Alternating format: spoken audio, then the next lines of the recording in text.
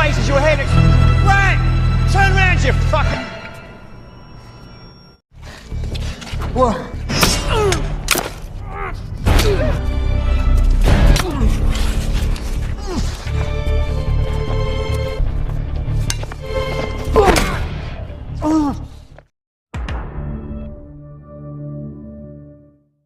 Film diawali dengan memperlihatkan seorang pria yang bernama Brent yang baru bangun dari tidurnya. Dari jendela apartemen, ia tak sengaja melihat 3 orang pemuda yang mencoba merampok sebuah mobil. Karena kesal dengan ulah 3 pria itu, Brent memutuskan untuk menghampiri 3 pria tersebut.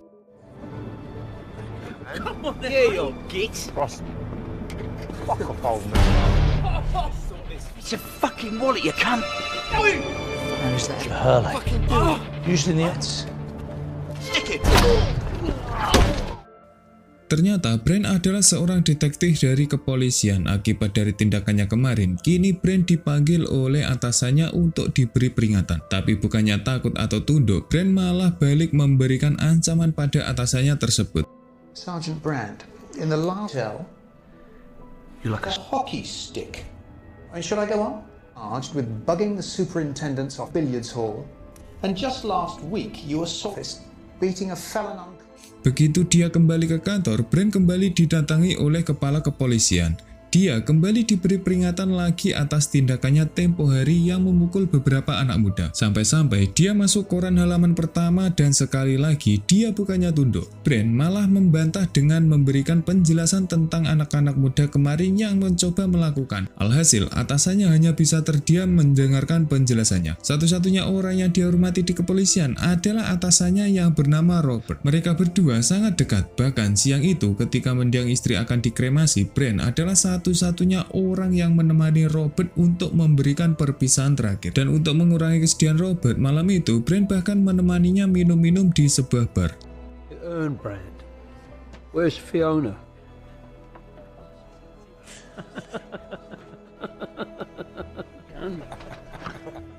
Di waktu yang sama pada malam itu tiba-tiba terjadi insiden. Seorang polisi wanita dihabisi oleh orang tidak dikenal. Dan tampaknya orang itu sudah merencanakan aksinya jauh-jauh hari. Brent kemudian ditugaskan untuk segera mencari pelakunya. Setelah beberapa saat menyusuri TKP, Brent berhasil menemukan seorang saksi. Dan lucunya si saksi ini langsung kenal dengan Brent. Dia mengatakan jika setahun yang lalu dia sempat melihat Brent mengejar seorang psikopat di sebuah bar.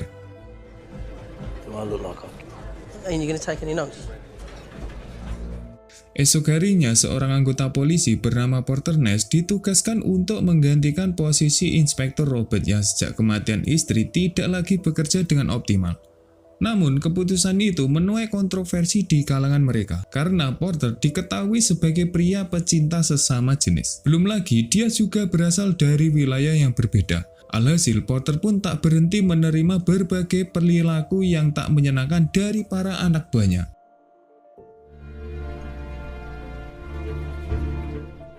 Scene berpindah di mana kita akan diperlihatkan dengan sosok seorang anak muda yang mencoba mendatangi tetangganya yang bernama Falls. Di sini dia terlihat panik karena dia baru saja menjadi saksi sebuah aksi pengeroyokan yang dilakukan oleh beberapa temannya. Di sini dia sangat ketakutan karena si korban mulai tak sadarkan diri dan dirinya mencoba meminta tolong ke Falls agar dia jangan sampai di penjara. Dan ternyata Falls adalah salah satu anggota dari kepolisian. Keesokan harinya begitu sampai di kantor, Falls langsung meminta bantuan kepada Brent. Sebagai seorang senior, dia pun memberikan koneksinya demi memastikan perkembangan dari kasus ini.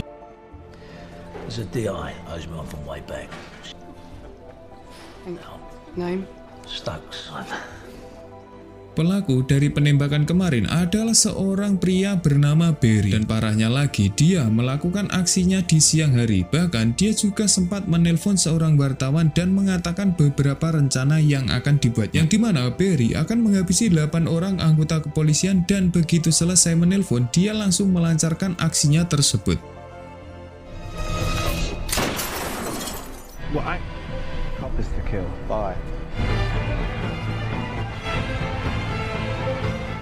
Pembunuhan berantai yang mengorbankan 2 orang anggota kepolisian membuat Porter mendatangi Brand untuk meminta bantuannya. Porter juga sempat meminta maaf pada Brand tentang kenaikan pangkat yang dia janjikan. Namun Brand tak ambil pusing dengan hal itu. Dia juga mengatakan jika dirinya sama sekali tak gila akan jabatan. Walaupun terhitung orang yang masih sangat baru, Porter langsung mengarahkan beberapa anggotanya untuk menyisir setiap bukti di TKP. Mulai dari menanyakan beberapa saksi sampai mengidentifikasi peluru yang digunakan oleh pelaku. Tapi mereka semua tak kunjung mendapat pencerahan tentang siapa dalang di baliknya tersebut. Bahkan ketika mereka mencoba mengecek CCTV di lokasi, ternyata si pelaku selalu membelakangi, seakan dia sudah merencanakan hal itu dengan sangat matang setiap aksinya. Pada akhirnya, Brand menemui mantan informannya yang bernama Red Note, seorang pecandu yang berharap bisa memberikan informasi berharga pada Brand dan dirinya akan mendapat imbalan yang setimpal dengan apa yang dia katakan. Dia bilang kalau belum lama ini ada seseorang yang hobinya membunuh beberapa anjing milik kepolisian. Bahkan aksinya itu diupload di media sosial. Tak menutup kemungkinan kalau orang itu adalah pelaku yang sebenarnya. Begitu informasi telah dia berikan, Red Note marah dipalak oleh Brand dan meminta dia untuk membayar seluruh makanan yang mereka berdua pesan.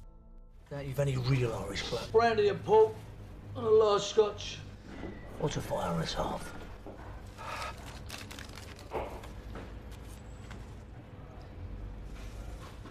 Fuck's sake. Greedy bugger. What more do you... Can I have my change? Setelah seharian berkeliling untuk penyelidikan, Brand tiba-tiba merasa sakit kepala yang sangat luar biasa. Dia mencoba mendatangi apartemen milik Ness untuk berkenalan lebih jauh dan sedikit bercerita tentang kondisi kesehatannya yang akhir-akhir ini menurun, yang dimana Brand sering pingsan dan tak bisa tidur. Namun Ness bilang itu semua karena tingkat stres Brand meningkat. Ness juga sempat mengalami apa yang Brand rasakan ketika dia sedang menangani kasus pedofil di wilayahnya, yang dimana si pelaku tak kunjung ditangkap karena belum cukup bukti untuk penangkapan, sehingga Ness memutuskan untuk menghukum pelaku dengan tangannya sendiri. Namun di tengah cerita, si Brand malah tertidur pulas. Shots at breakfast, 2 packs a day. Came back here, I shook the baseball bat till they fucking popped. I thought I'd take matters into my own hands.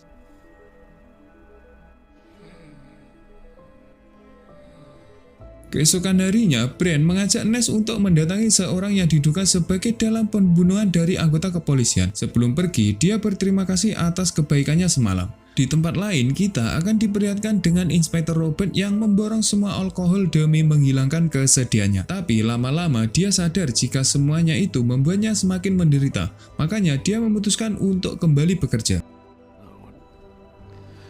Your wife. It's not easy. We'd miss you, sir. Wednesday. Your wife thinks you're playing work. What are you waiting for? Olga. Yeah? I don't need an office. Orang yang Red Note masuk adalah Barry. Di siang itu, Brand bersama dengan Ness langsung melakukan penggeledahan di apartemen miliknya. Di saat sedang melakukan penggeledahan, ternyata mereka berdua tak menemukan barang-barang yang terlihat mencurigakan. Tapi yang aneh dalam pertemuan ini adalah ketika Barry mencoba berbohong ketika Brand bilang mengenalnya. Dan ternyata setahun yang lalu, Brand pernah mematahkan kedua kaki Barry sewaktu dia mengamuk di sebuah klub malam.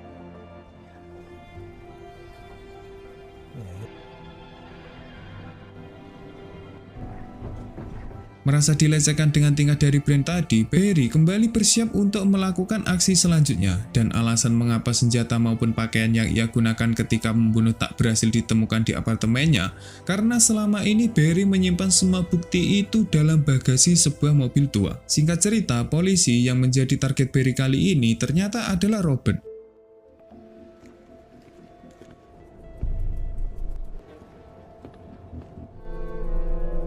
Dan ketika Robert akan kembali ke apartemennya, dia muncul dari pintu depan dan berpura-pura sebagai seorang teknisi.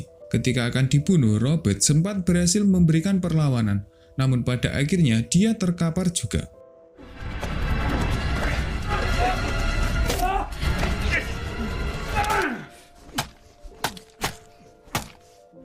Setelah pembunuhan itu, Barry menikmati kemenangannya dengan mandi di apartemen milik Robert. Dia juga mengambil beberapa pakaian untuk ia kenakan. Begitu selesai dengan rincian aksinya, Barry mulai membakar apartemen itu untuk menghilangkan barang bukti dari aksinya tersebut. Dan ketika pemadam kebakaran sedang sibuk memadamkan api yang dibuatnya, ia dengan santainya naik sepeda di sekitaran dari TKP dan menelpon seorang wartawan. Dia juga menjelaskan bagaimana dia tadi membunuh Inspektur Robert. Tanpa ragu, Barry bahkan meminta kalau dia sekarang ingin dijulukin The Bleach. Si wartawan itu tentu saja sangat senang dengan semua kesaksian yang diberikan karena dia bisa menayangkan berita secara eksklusif yang pihak kepolisian belum ketahui kronologinya. Kematian dari Robert tentu saja membuat Brand sangat marah, apalagi ketika dirinya diberitahu Ness jika pelaku pembunuhan memberikan kronologinya pada seorang wartawan. Di lain sisi, pihak kepolisian masih kebingungan dengan kasus ini. Rednor secara diam-diam menyisir gentong sampah di apartemen milik Barry. Di sana dia menemukan sebuah karcis parkir, dan begitu dia telusuri, dia berhasil menemukan tempat di mana Barry selama ini menyimpan semua bukti kejahatannya. Tentu saja kesempatan ini tak disia-siakan oleh Rednor. Rednor mencoba menelpon seorang anggota kepolisian dan menawarkan hasil dari temuannya itu. Di sini Rednor juga meminta imbalan uang senilai 50.000 pound sterling. You'll find out when I get my 50k. The master of the fuck. Di tempat lain terlihat Falls yang menemui seorang detektif kenalannya dari Brand bernama Stokes, di mana berdasarkan hasil dari investigasi korban pengeroyokan tetangganya kemarin ternyata masih hidup dan beberapa pelakunya masih dalam pencarian. Falls kemudian meminta agar tetangganya untuk tak dikaitkan dengan kasus ini dan sebagai gantinya Stokes meminta Falls untuk menemaninya jalan-jalan nanti malam. Anything can be buried. So, meet me for a drink tonight. Berdasarkan hasil forensik, mereka sama sekali tak menemukan sidik jari dari pelaku pembunuhan dari Robert. Tapi di sini ada kejadian unik yang dimana mereka menemukan kaos kaki bertuliskan Peacock Gym, yang dimana tempat itu adalah tempat milik Barry dulu berlatih. Dengan segera, Brand meminta bantuan salah satu rekannya untuk melihat riwayat kriminal dari Barry. Namun setelah dicek, ternyata rekam jejak dari Barry tak ada dalam beberapa kasus yang tengah terjadi beberapa hari ini. You know I'm not like that. Petty stuff though. I think. No, nothing. Di sisi lain, Rednor mengajak salah satu anggota kepolisian yang dia telepon beberapa hari yang lalu. Di sana, dia menunjukkan seluruh bukti kejahatan yang disimpan Barry selama ini. Si anggota kepolisian itu juga setuju dengan semua bukti yang ditunjukkan oleh Rednor. Di sana juga terlihat Barry terus memantau mereka berdua dari kejauhan. Dan di saat mereka berdua pergi, Barry sesegera mungkin memindahkan seluruh barangnya tersebut.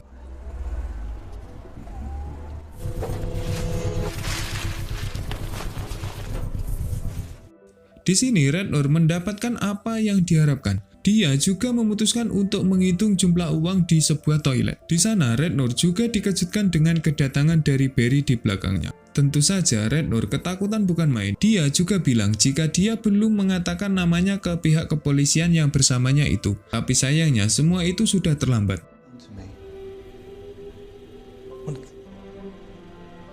I got your address from the Peacock. I haven't told him anything. I haven't. Squeeze. Begitu jasad Rednor ditemukan, tak lama lagi dari pihak kepolisian mendatangi TKP. Di sana, anggota kepolisian yang bersama dengan Rednor sedang diinterogasi oleh Ness dan Brand. Dia juga sempat mengelak terkait pertemuan rahasia tersebut dengan Rednor. Tapi ujung-ujungnya dia tak bisa mengelak lagi. Apalagi uang yang diberikan pada Rednor juga telah menghilang dibawa oleh Barry. Car parker. It's a black Jaguar. Bay. Children. Oh, there's a car. Yeah. Over you. Oi. Am I gonna go? Let him out of court. Berdasarkan keterangan itu, Brand dan Ness kembali mendatangi mobil tempat Barry menyimpan seluruh bukti-bukti kejahatannya. Tapi begitu dibuka, ternyata isinya telah kosong. Di tempat parkir itu juga terdapat CCTV, namun sudah tak berfungsi setelah sekian lama. What do you mean they're full? We haven't really... We'll come and fix it on Monday, please. Right. Shit, do you? Well, the cameras are a deterrent. Sorry. Malamnya, Brand tak henti menatap komputer dan mencoba mengotak-atik profil kriminal Barry demi menemukan petunjuk baru. Hingga akhirnya usaha Brand membuahkan hasil, yang dimana terlihat jelas nama-nama polisi yang pernah menangkap Barry. Ternyata semua menjadi target dari pembunuhan termasuk juga Robert. Dan target selanjutnya kemungkinan besar adalah Val. They've listed all Weiss's arrested officers. seem to pull up. Di sisi lain, terlihat Vals yang sedang makan malam bersama dengan Stock. Sejak awal gerak-geriknya sudah Barry pantau dari kejauhan, dan begitu ia akan kembali ke rumahnya, disitulah dia akan beraksi.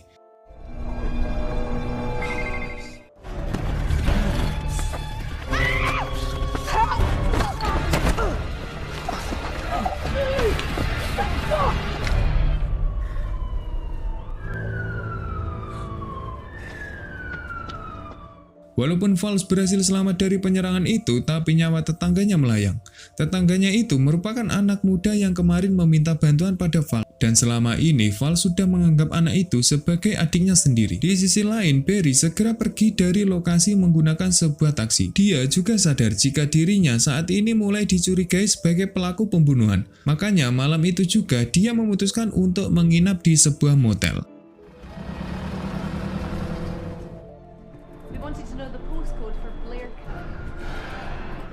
Karena Brent telah tahu jika pelakunya adalah Barry, Brent bergegas untuk kembali ke apartemen milik Barry. Namun sesampainya di sana, dia tak menemukan apapun.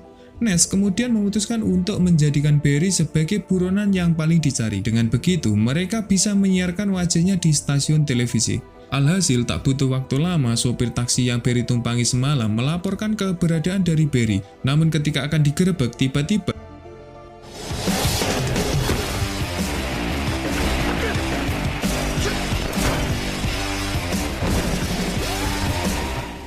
tak ingin kehilangan kesempatan itu, Brent terus mengejar Barry kemanapun dia pergi.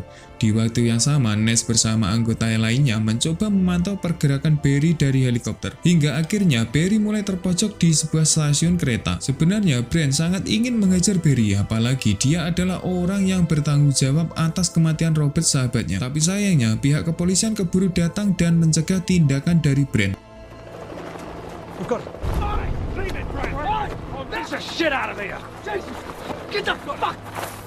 Setelahnya, Barry dibawa ke kantor untuk diinterogasi. Namun ternyata ia tak sebodoh penampilannya, karena dari awal dia langsung menyewa seorang pengacara, dan alhasil berdasarkan hukum, Barry hanya ditahan 1x24, kecuali pihak kepolisian mempunyai bukti yang kuat bahwa dialah pelakunya. Stupid, he's covered his tracks. What else? Was admit the jaggings we might have had. Even the... Malamnya, Brent, Ness, serta Pak Kepala Polisi sedang berdiskusi terkait bukti apa yang kira-kira cukup kuat untuk menahan Barry. Sayangnya, setelah beberapa saat berdiskusi, mereka juga belum menemukan titik temu yang dimana mereka semua belum memiliki bukti serta saksi yang kuat untuk menjebloskan Barry ke dalam penjara. Setelahnya, Brent mengajak minum-minum Ness di sebuah bar, dan di sana dia mengajukan sebuah solusi, yang dimana jika Barry mereka hukum tanpa menggunakan prosedur yang ada, sebagaimana Ness dahulu menghukum seorang pedofil. Namun, semua perkataan dari Brent dipatahkan oleh Ness karena dia sangat kurang sependapat dengan Brent. I'm not going to continue this line of talk. Dari sana, kemudian Brent kembali mendatangi Barry. Di sini, Brent mengatakan jika sekarang dia telah mengetahui bahwa Barry mengincar beberapa anggota kepolisian, dan sudah dipastikan itu adalah dendam pribadi dari Barry yang pernah dihajar oleh Brent di sebuah tempat biliar. Kejadian itu sungguh memalukan. Di akhir percakapan, Brent cuma bilang jika semua tindakan Barry tak menjadikannya siapapun. Bahkan ketika dia memberikan julukan konyol untuk dirinya sendiri. Mendengar hal itu membuat Barry sangat marah pada Brent.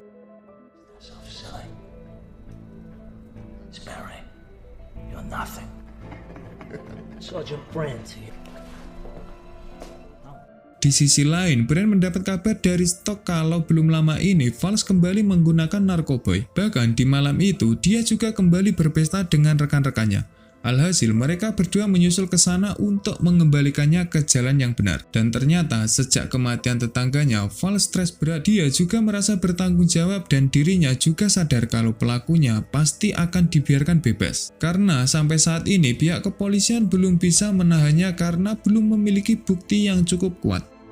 Keesokan harinya, terlihat Barry terpaksa dibebaskan karena kurang bukti-bukti. Sebelum keluar dari sana, dia sempat berkata pada Brent jika mereka berdua akan kembali berjumpa di lain waktu.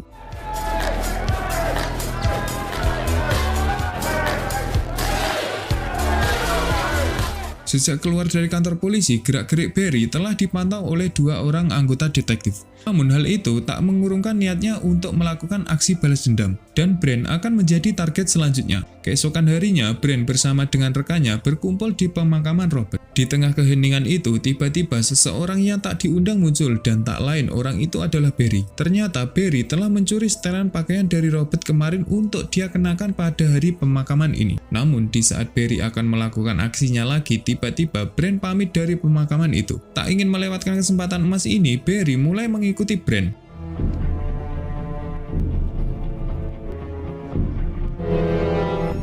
Di tengah perjalanan, Brand mendapat kabar dari anggota lainnya, yang dimana sampai pagi ini mereka belum melihat kemunculan dari Barry. Dari sana, Brand memutuskan untuk memasuki sebuah gedung tua dan mulai naik ke lantai paling atas. Perlahan tapi pasti, Barry berhasil membuntuti dan beberapa saat kemudian, Turn around, you fucker!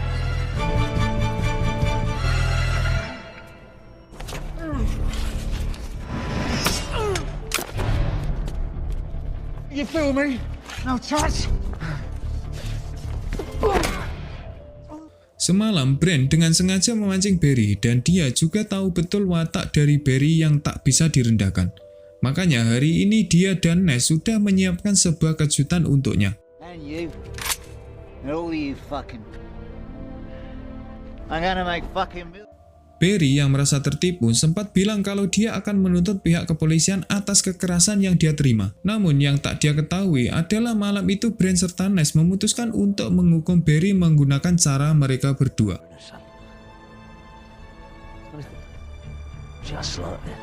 Just like the one you're wearing.